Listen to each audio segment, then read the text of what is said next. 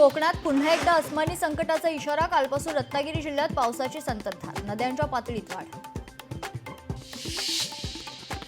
यवतमाळच्या घाटंजी तालुक्यात मुसळधार पाऊस. कोळी गावात सततच्या पावसामुळे कोसळलं घर. दुर्घटनेत सुदैवानं कोणतीही जीवितहानी नाही.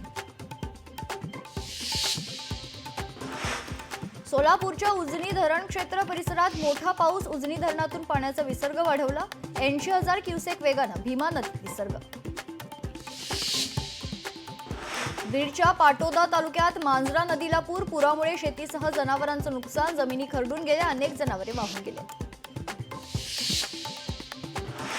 सोलापुरात पुन्हा एकदा दमदार पाऊस. सीना कोळेगाव धरण पाणलोट क्षेत्रात मुसळधार पाऊस. धरणातून सीना नदीत 50,000 क्युसेकनं पाण्याचा विसर्ग.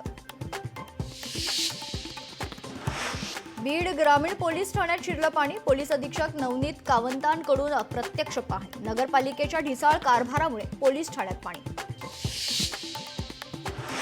धाराशिवमध्ये मुसळधार पाऊस. नदी नाल्यांना मोठा पूर. पुरामुळे अनेक गावांचा संपर्क तुटला.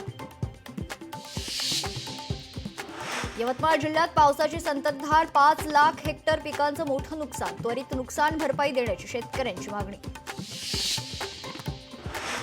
बेलापूरच्या ध्रुवतारा जेट्टीवर दुचाकी बुडाली. दुचाकीवरील दोघांपैकी एक जण मिसिंग. एकाला सुखरूप बाहेर काढण्यात रेस्क्यू टीमला यश. यवतमाळ जिल्ह्यात पावसाची संततधार. 5 लाख हेक्टर पिकांचं मोठं नुकसान. त्वरित नुकसान भरपाई देण्याची शेतकऱ्यांची मागणी.